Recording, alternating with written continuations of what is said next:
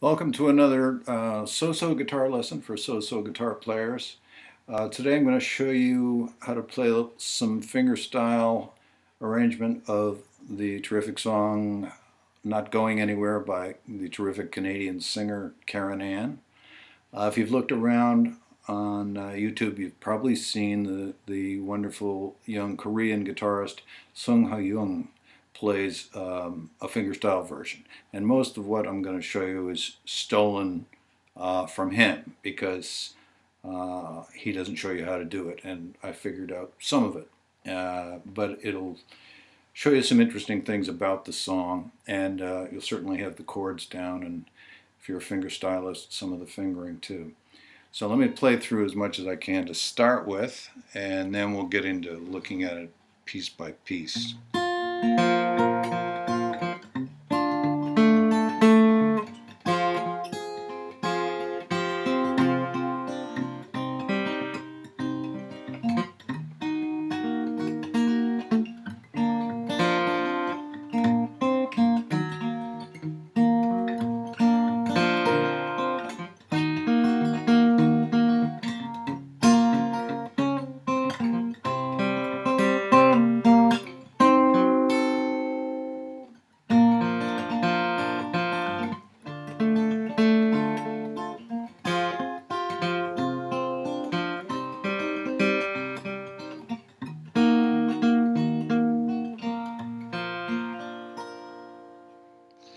Okay, so let's go through it. In the very beginning, just the introduction, we see both Sungha and Karen Ann adding this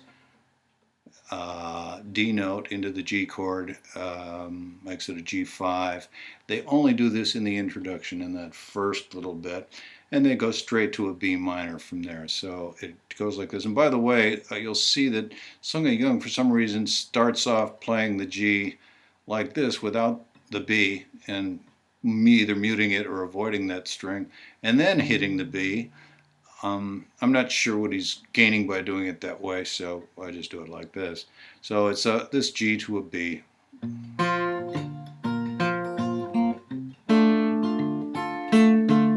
Now this cool little riff out of D minor that sort of makes the songs. So it goes like this.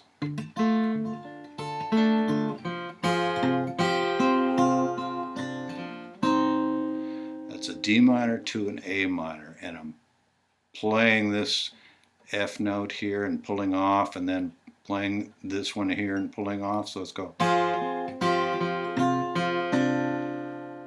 to the A minor. Simple as that. Then he goes up to a C minor. Now this is where it goes into the verse, and it's a very tricky thing. It's she's singing "This Is Why I Often Wonder," and he's playing.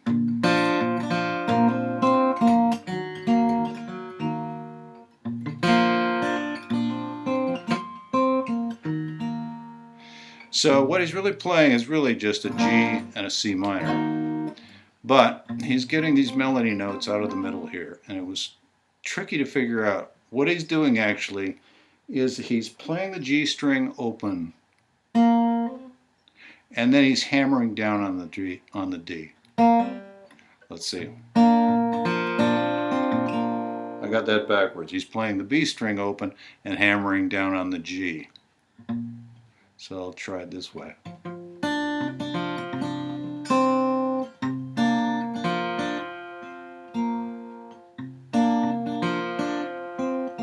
And of course that's out of this G shape, so you've got to be hammering down with your index here to do it. And then he's going to a C minor chord, not a very familiar one, but this is it. That's going to give you a C minor triad right there, so you sound familiar. And he stays on those three strings. So here's sort of what he does.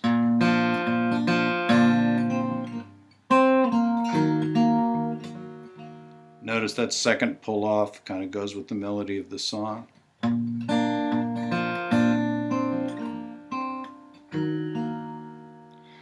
So that's his C minor. One of the things I like to do with this song is play the rest of these is add a G down here, which is totally legit. As a matter of fact, this is too, if you wanted to play his G minor and then add this G up here and give you an extra string. But he's staying on those 3 strings when he plays it.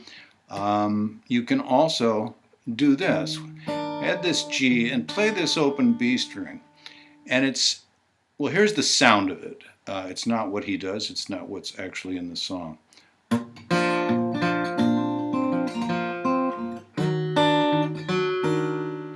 So you hear that difference in the C minor. It's actually, when you add that B, it becomes a C minor major 7th chord. This is it. But we're getting it here. And it has a nice feel. I like it for a fingerstyle arrangement. It makes that chord fatter and more interesting to me. You can play it if you want to. So that's the C minor. So again, in the verse, he's starting off on this G form, playing the open B, hammering onto the G.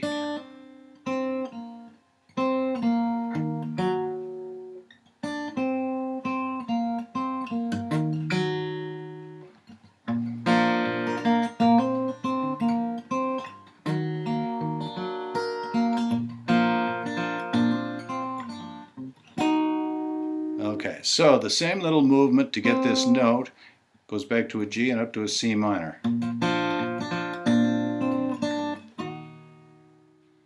Now the next chord is a G minor.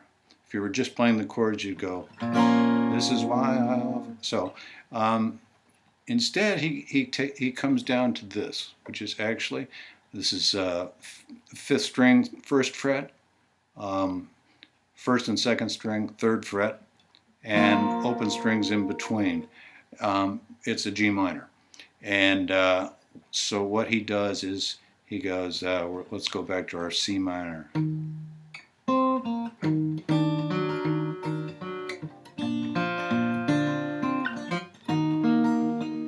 Now to the G minor. Can you see that? There it is. He's going from C minor to G minor to an A, and he's doing it with a little bit of that hammer-on feel again. He's plucking 3rd string, 3rd fret, and hammering onto the 3rd string, 2nd fret to get to that A.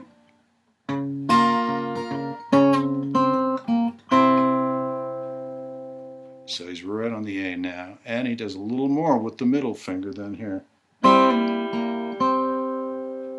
Like so.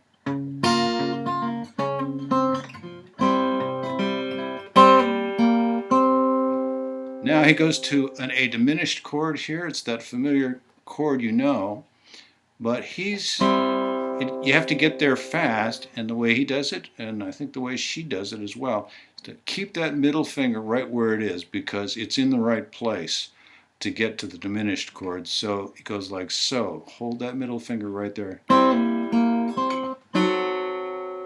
So he's gone and barred here and played the other 2 notes here, but it's by far the quickest way to get from here to here. And that's what he does. Then he goes back to pretty much what I showed you for the intro, which is G to B minor.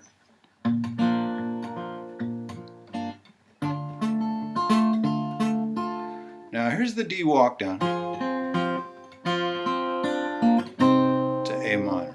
If you're a thumb over player and you know this D minor shape, and I'll just describe it as adding that note and that note to a D minor, or better yet, it's your C7 shape played on the first 4 strings. That's an easy way to grab it.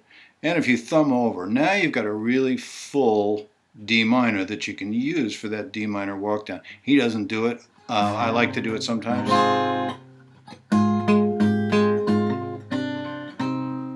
See, you get a lot more out of that chord. It's, you know, this is in some ways the little one is more elegant, but it's nice to be able to change it up a little bit.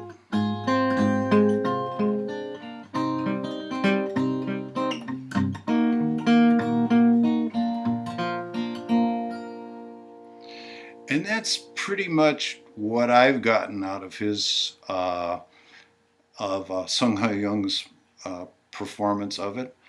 He does more and he changes some things up a little bit, but that's most of it right there. So if you can play a little bit of fingerstyle, I think you can get this under your fingers, and I hope you had fun with it. That's Not Going Anywhere by Keren via Sungha Jung.